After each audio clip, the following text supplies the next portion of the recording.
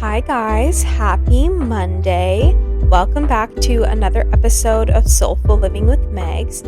As always, it is so great to have you here back for a moment of connection with me. Guys, hi. I hope you're doing well. I hope the past week has been fantastic for you. I hope your weekend was fabulous and fulfilling and all of the good things. If I'm being honest with you, I am exhausted today.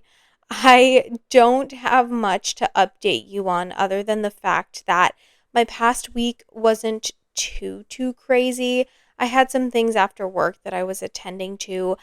I can't remember if I said in last week's episode I'm doing a fitness competition, so I was trying to upkeep on my steps for the day and everything like that. But the day you're hearing this, the past weekend I went to a tulip festival.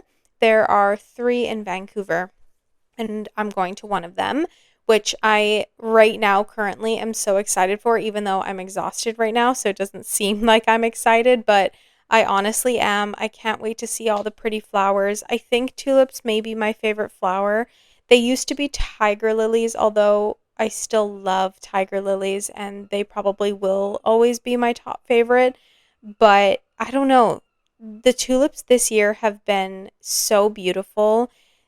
The colors themselves, they're either solid colors or they're doing like more of an ombre color, at least the ones that I've purchased, and they're just so stunning. So I actually can't wait to go.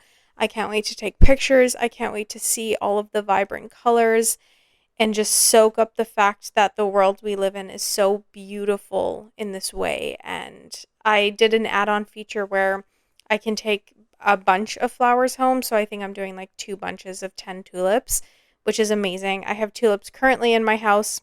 And so when those die, I'll have fresh ones for my next week, which is going to be amazing. But anyway, yeah, I hope you've been doing well. I hope that, although I heard the weather in Calgary for my Alberta listeners was not great the past week, it was, feeling like spring, and then I heard you guys got some snow or something like that, which is not ideal. Yeah, I hope that we're getting into some real spring very soon. I guess another update that I have for you that is so long away is that I'm going to Stampede this year, which is amazing because I haven't been to Stampede since 2019, and I haven't actually been as a real adult. I know I was like 20 or something when I went the last time, but it's not the same. This time, it's the real deal. You know what I'm saying? Anyway, I'm pumped to go with my best friends and find a cute outfit and all of that good stuff. And it'll be gorgeous weather, so I can justify a trip for a couple days to Calgary to do that and obviously to see my people that I love and miss so much, for sure.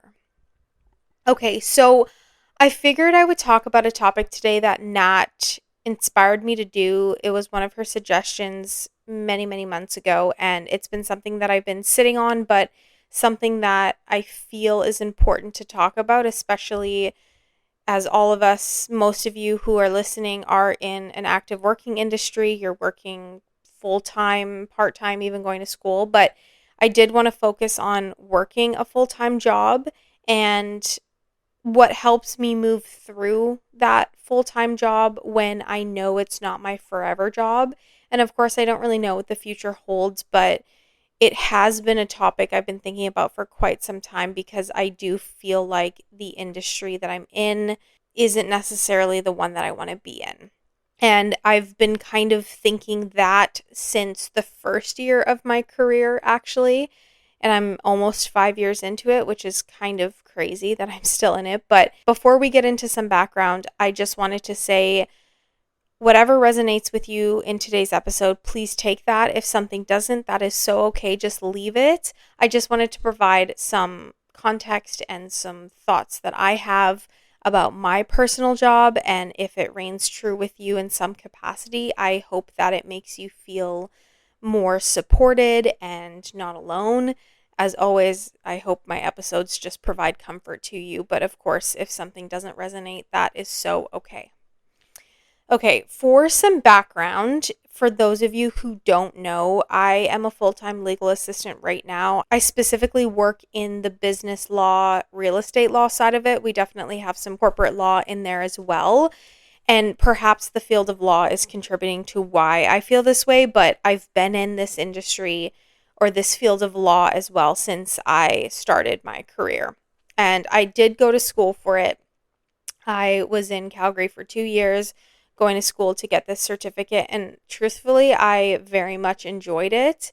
I always wanted to be in the legal industry when I started thinking about what my career wanted to be when I was in high school. I thought that I wanted to be a lawyer, and that was honestly the initial plan going into post secondary. But after some thought and some time, I kind of decided that I wanted to go a more quicker route. I wanted to maybe focus on dance a little bit as much as I could in my early 20s before my body gave way a little bit more. Because, of course, my mobility isn't necessarily as strong as it was when I was in my teens. But, I decided to go that route and go to school for a shorter period of time, but knew I still wanted to be in the legal industry. So I found this program that was great for me.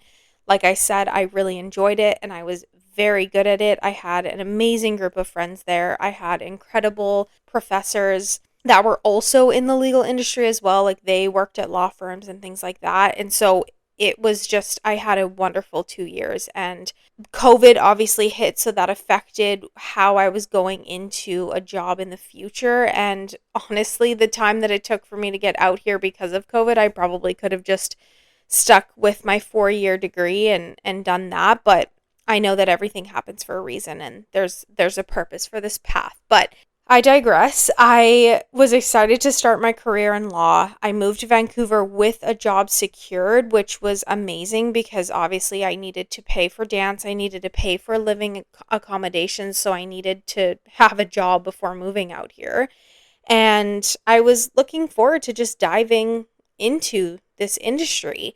And it's funny because growing up with my friends, we would always play games where we like worked in an office. It was specifically, if you've ever seen 13 Going on 30, my neighborhood friends and I would play Poise magazine. That's what we called it because that was the magazine that she worked for, Jenna.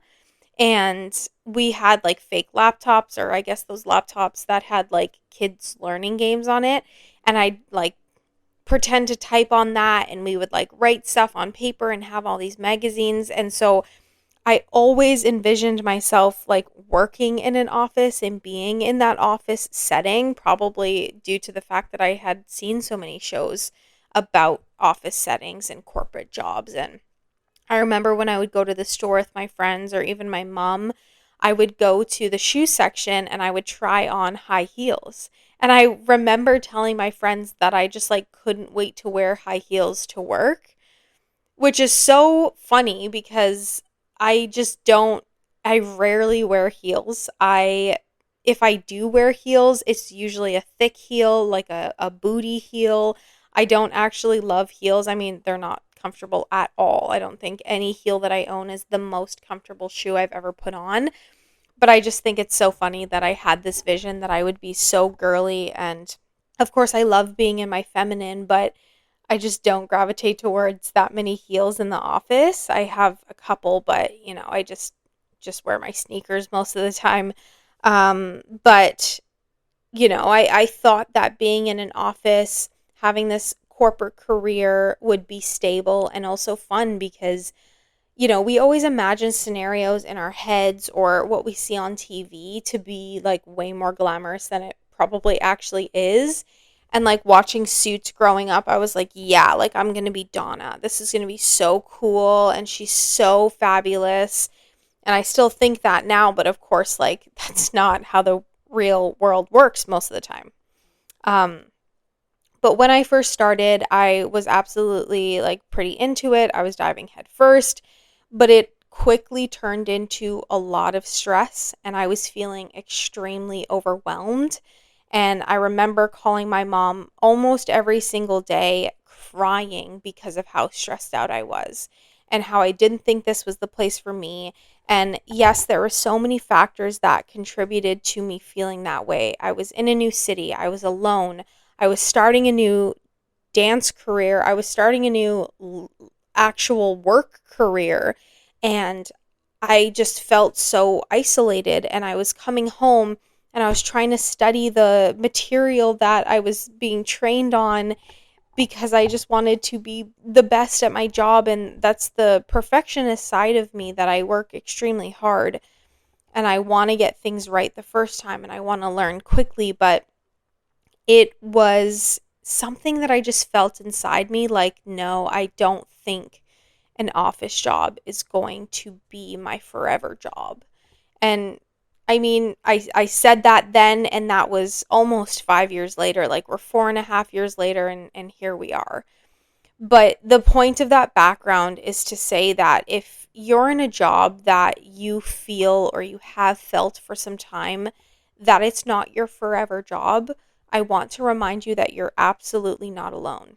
And it's okay to have jobs that are stepping stones, knowing that these are temporary and possibly just for paying bills or whatever else that you want to buy for yourself and treat yourself with. Like, it is so okay. And I feel like when we start working as real adults, when we're out of high school, university, all that good stuff, I feel like there's so much pressure to enjoy what you do and to stick with it for the rest of your life. But that honestly, and maybe back in the day, that's what it was. I feel like my parents, they've been at their jobs as long as I've been alive, basically. So I think they're used to that level of commitment in terms of a career. But I feel like we're so adaptable now in the world and we like to change things up. And if something doesn't work, then we can like move and grow into something else. And our world is ever changing. And so, like, you can adapt, you can go back to school, you can learn new things, you can start over again.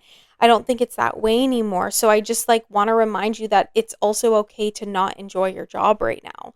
And it's also okay to feel like you don't have a lot of flexibility to move. Like, for myself, I find it difficult to want to just get up and make a change right away because I do need to be practical and realistic at the same time. And I know that, nothing changes if nothing changes. And sometimes you do have to take a leap. And sometimes you do just have to risk it and try something different if you absolutely are in a position that you don't want to be in. But at the same time, I'm very aware, I like my lifestyle the way that it is currently. I enjoy the fact that I can provide for myself. I have this apartment of my own that I worked really hard to get. I love buying myself things. I love treating my friends and family with gifts and all that stuff. And obviously, it doesn't need to be like monetary value, but that plays a role. And I like the fact that I can pay my bills and I can buy the groceries and the food that I want to buy, even if sometimes it is more, struggling one month than another because it's so expensive to live and it is mostly paycheck to paycheck for me. But I'm still like living a lifestyle that I'm comfortable with. So I know that right now, like, I'm building some blocks to create more savings, to have a bit more cushion and stability for myself, to feel a bit more comfortable in order to shift. So all of that plays a role and it can all be true at the same time. So while I'm sitting here like pretty content in the fact that like I'm okay with what I'm doing, I also know that I don't want to do it forever, and that's so okay. And it's just that reminder for you that if you're in a similar boat, it's okay to feel absolutely all of those things and not know what comes next. What I wanted to share with you today is what I find helps me move through life, knowing that this job that occupies the majority of my day and my life is not my forever job, is knowing that I have so many other things in my life that fulfill me, that truly light a fire and a spark within my soul. That I personally feel like my job does not define me. And I know a lot of people truly enjoy their jobs and truly feel like this is what they were meant to do. And that's incredible for them. Like, truly, I'm happy for that person if they love what they do. They eat and breathe and live to work. I don't look at it that way. And maybe that is because I'm in somewhere that, I don't necessarily feel is contributing to something that represents me. Like when I'm teaching dance, it doesn't feel like a job. That is something that I feel very fulfilled in because I know that it makes me so happy to see the kiddos achieve their goals. But when I think about my legal career that I'm in, I'm like, oh, I don't feel like I'm necessarily helping anybody, at least in the field of law that I'm in particular. I just don't think about the job as defining me because there's so many other qualities that I possess and so many other things that I do for myself that do not revolve around my job at all.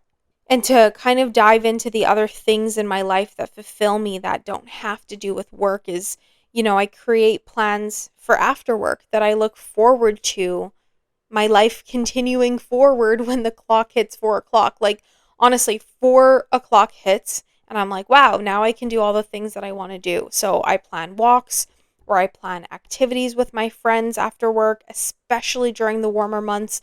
I am hardly inside. It's either out on a seawall walk, it's out playing volleyball, basketball, it's out laying on the beach, it's out for dinner with my friends, whatever it is. Like, I'm planning these activities that help me connect with nature and it helps me connect with my people.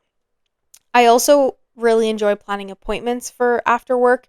And I know sometimes certain places, close at 5 as well. So it's hard to plan like doctor's appointments or whatever it may be. But, I'll plan a nail appointment. I will plan some doctor's appointments depending upon what they are. I'll plan my chiro appointments, my physio appointments. I usually plan my massages for right after work instead of on the weekends if they have availability. Like, I plan appointments for after work so that I also know my boundaries for leaving work on time are set and people know, okay, she can't stay late today. And there are times that I do stay late in the office. There are times that I work through my lunch and I don't do it very often because I know the importance of taking a break and actually leaving work to live my life and to do all the things I need to do, such as errands and chores and whatnot. But the appointments kind of are a good boundary to make sure that I take time for myself after work, for self care, for rest, whatever it may be. And some of those things can include, reading, writing. Like I said earlier, I sit out on the beach, I sit out at the park, I just close my eyes and just like hang out. Sometimes I sit at home on the couch and I watch a movie or I watch my shows that come on or I doom scroll. Like it really just depends on how I'm feeling that day. But yeah, it varies day by day.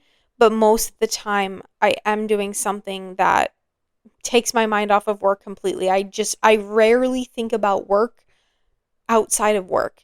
And something else that really helped me was I used to have my email on my phone and I would get notifications every single time I got an email. Obviously, I would be at my desk, so I'd see it on my desktop, but if I left or whatever, like I could see it on my phone notifications. And that wasn't something that I loved because I don't like coming home at 5 p.m. and, other people are still working.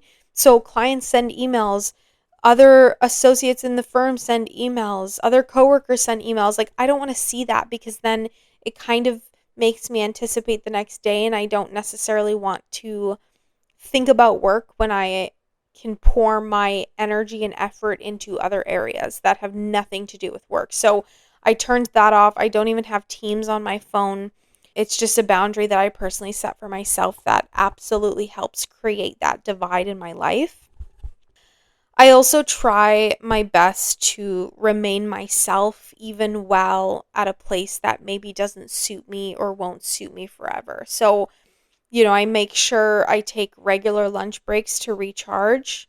Again, sometimes I can't, and that's a choice that I make if I'm really behind, really busy, or it's mostly when we have like tight deadlines and closings that I have to deal with. Like most of the time I can take lunch though, and I do, and it's amazing. But also in terms of a lunch break, like to recharge for myself, it means that I go to the gym and work out. But for you, if that doesn't suit your needs at that time, honestly, just like stepping away for your lunch break and doing something, going for a walk, going shopping, going to an appointment, even if you can schedule it during your lunch hour. I find that taking that break really helps break up my day. And I feel like it would help break up your day to kind of, give yourself some breathing room. Take your eyes off the screen if you do work in an office like myself. But even just getting up and removing yourself from the area that you're in for work, I find just really helps. Even if you find a beautiful spot in the summer to eat your lunch outside, if you can, like that's such a nice reset. I also make my desk as happy as I can make it. I fill it with reminders of my world outside of the office. So I have tons of photos of my family and my friends. I also have a lot of affirmations from my little desk calendar thing that I've talked about ages ago, but some of them I absolutely love. So I've kept and I just kind of put those affirmations up. I have like painted pictures that I've done, pictures that people have painted for me, just anything that's like so colorful, anything that will help me get through the day and makes me feel good. Like I even have a little plant at my desk and it just makes me feel like this is my space, and again that's bringing more of like myself into the office. I have some advice for if you are feeling similarly to me that you're in a job right now that you know is temporary, but you're kind of in it for whatever reason, for the time being, for financial reasons, for location reasons, whatever it is. Something that I have personally found helpful is to make your inner world and your outer world outside of work so colorful. So do all the things that you want to do that ignites that passion and that fire within you. And while I know working is extremely important, we have to eat, we have to pay bills, we have to do all those things, we have to take care of our family, of our children, all of that. And I'm aware as I'm saying this that many of you are so passionate about your career, but there are so many of us, including myself, that find passion in other areas. And I just like don't see my job as an end all be all. So doing what you can outside of that part of your life that really makes you feel like you and yourself and so true to you is extremely helpful. Setting boundaries is important to avoid burnout, and be firm on those boundaries when you set them. If it's uncomfortable to set, I totally get it, but like being able to say, "Hey, no, I actually do need to leave on time today. I have another commitment I have to make," or not even justifying why you have to leave at the time that you're required to leave, Like you're only getting paid for that time. If you want to work overtime, fine, but it shouldn't. I find that the more you do it, the more expectations other people have for you to continue doing it. And I just wanted to, draw a firm line in the sand of like, hey, no, I leave on time. It's once in a while. I'm happy to lend a hand. I'm happy to be a team player in instances where it absolutely cannot wait till the next day. But drawing that firm line will help you with making sure that you're staying true to yourself and doing the things that you want to do outside of work and even during your lunch break when you do have time to take a break and actually set that break. But I want to stress that me saying all of this isn't to say that I don't work hard, because while I know that this job may not be forever for me, I do work extremely hard and I enjoy remaining busy to an extent, of course. If it's a little bit too much, I do not love that. Nobody loves feeling that burnt out or that overwhelmed, but I like being busy because it helps make my day go by faster at the office. And honestly, like, I really enjoy the people that I work with. This isn't, my job is not my time to slack off and to perform poorly. Like, I obviously don't do that and I don't recommend doing that. I'm not saying that if you hate your job, it's an excuse to just perform poorly, but also like you're getting paid for a reason and you're there for a reason right now. So why not be there and give it some effort to figure out, okay, what do I learn from this? What can I gain from this? Because you are gaining knowledge at the end of the day that you can, I'm sure, take with you in the next career that you go into or whatever you do. But I try my best to remain extremely respectful, and again, I truly enjoy the time that I have with my coworkers. I love learning from them. I love talking to everybody in the office, but I also understand that this particular job isn't something that I love doing. And I think that's a beautiful reminder that two things can be true at the same time. You can absolutely enjoy the people that you're alongside. You can enjoy aspects, many, many aspects of your work, but also know that maybe this isn't for you and question that and be curious about what else is out there for you to learn and to experience and for you to move into. I think that that's so okay to feel those things at the exact same time. But I hope that what I just shared with you was providing you with some comfort or ease to know that you're not alone in those feelings. If you are feeling like, oh, I don't know if this is for me, you have so much time. That's something else that I wanted to remind you of. You can shift things however you want to at whatever time you want to. Of course, I'm trying to be mindful of so many other things. I'm definitely not quitting my job anytime soon, but I just want to remind you that you are in control of your life, and maybe by setting those boundaries or making those small shifts to make sure that you're filling all of the time that you can outside of work to make it the most you that you can, I think would really help your time, because we do spend so much time at work. Doing everything that you can to support yourself while in that, I think, is super key. That is what I have for you today. I hope that you were able to take something from it. I hope that if you did take something from it and you feel as though someone else in your life could resonate with it, if you would send this episode to them, that would mean so much to me. I can't wait to update you guys on the Tulip Festival. There's probably going to be other flowers than just tulips. Surely there will be, but I'll definitely tell you guys in next week's episode how it all went. I'll probably share some photos online anyway on the Soulful Living account, of course. And I also just wanted to say all your sweet comments on my photo for my year of the pod meant a lot to me. Like I said before, I can't wait to continue to see how the podcast grows and everything like that, and what else I learn, because I have so much to learn. But I appreciate you guys so much. I hope that your week is filled with endless opportunities of joy and love and light. I'm sending all of that incredible energy to you, so I hope that you feel it. And we will talk so soon. Okay, bye guys.